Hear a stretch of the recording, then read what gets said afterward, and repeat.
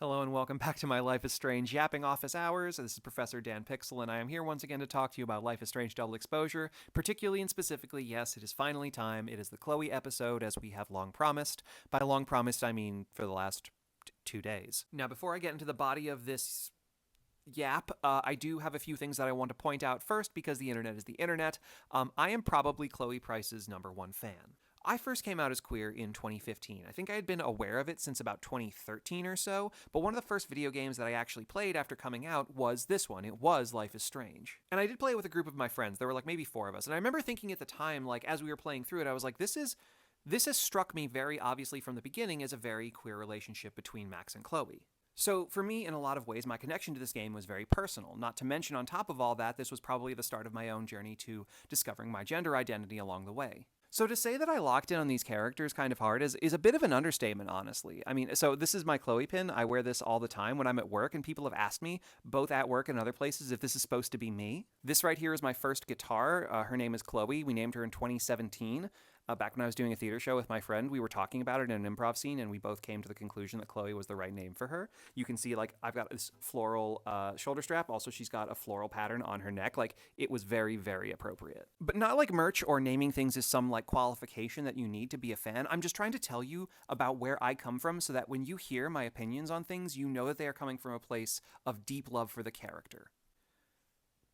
I think that this game handled Chloe about as well as it possibly could have, both from the perspective of the narrative, but also the meta perspective, understanding the relationship between developers, publishers, and game creation. And yes, while Max and Chloe breaking up does hurt, like I'm not going to pretend like I don't feel some way about that, I also think it's something that in narrative is incredibly justifiable, understanding both of these characters as people.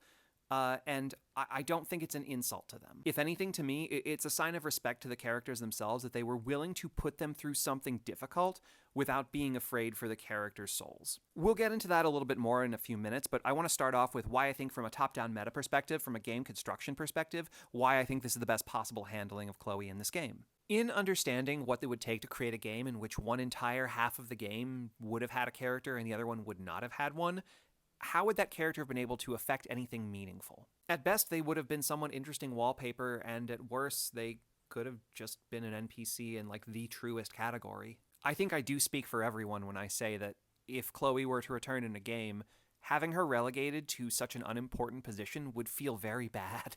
There is maybe a world in which you can code a game of this size with this whole 2 separate worlds going on in 2 different honest branches that don't seem to be otherwise perfectly the same.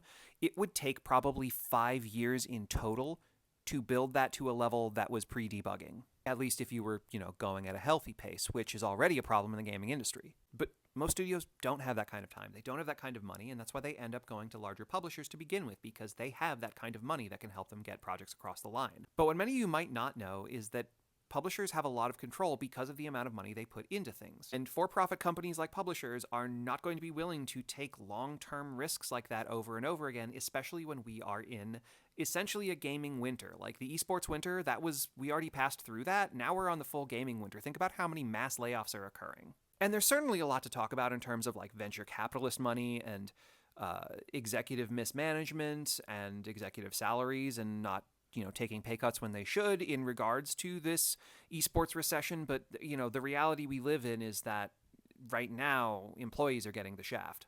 But yeah, the reality is there was no way in which that was ever going to happen in that manner. That's basically all I want to talk about on the meta side of it. So let's move on to the narrative portion. Max and Chloe breaking up. I've seen a lot of arguments saying that it wouldn't happen or that this was disrespectful to the characters. I refute both of them, and let's get into it. Now, I have seen some truly wild arguments out there about this. I have seen people suggesting that this is lesbian erasure. I have seen people suggest that Max and Chloe were intended to be one of those forever couples, like that was the whole purpose of the first game.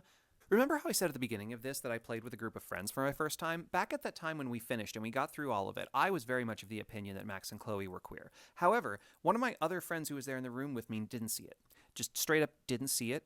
He said that, it wasn't like he was fighting about it. He was just like, when we talked about it, he was like, yeah, can you imagine having to make that choice between your town or your bestie? And as it turns out, he was very much not alone in that. And quite frankly, Don't Nod didn't say anything that wasn't better than ambiguous for years. The best statement we got in those first 3 or 4 years from Don't Nod was Michel Koch saying something that he actually said again very recently for a very different reason, which was, if that is what you see in this game and that was the choice that you made, then that is true for you. Which, as far as like artist statements go, I think is a very cool artist statement and something that I heavily agree with as a creator.